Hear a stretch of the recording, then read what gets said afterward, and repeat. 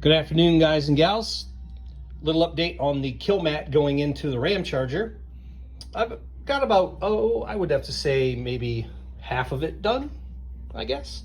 Area-wise, it's quite a good size, but obviously it's a little less complicated back here when you get up front around the transmission tunnel and the seat risers and all that. I live in a world of exacting sciences. I'm a aircraft mechanic by trade. And when you start using this material, the world of exacting sciences goes out the window. The term, well, that's close enough, has to work for you. It's very difficult to form fit it through all these crevices and keep it in alignment and square and true. So about row 2 there, I finally came to the conclusion, hey, listen, I'm being way too particular here, and kind of gave it up and just started going about my business and getting it accomplished. I like the material. I like the rollers I'm using. They seem to be working pretty well.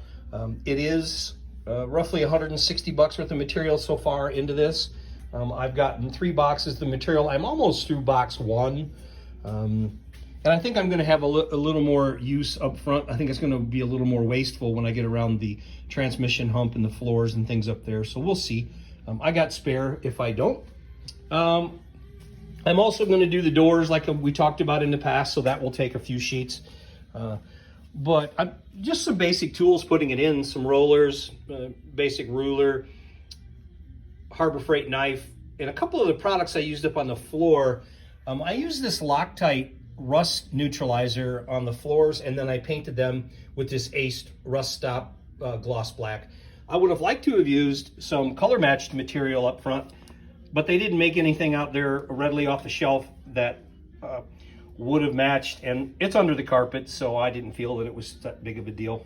Black's the cheapest can you can buy, so I just got myself a can of that, and I want to make it shiny so that it has that adhesion factor from the Killmatt, so that it sticks.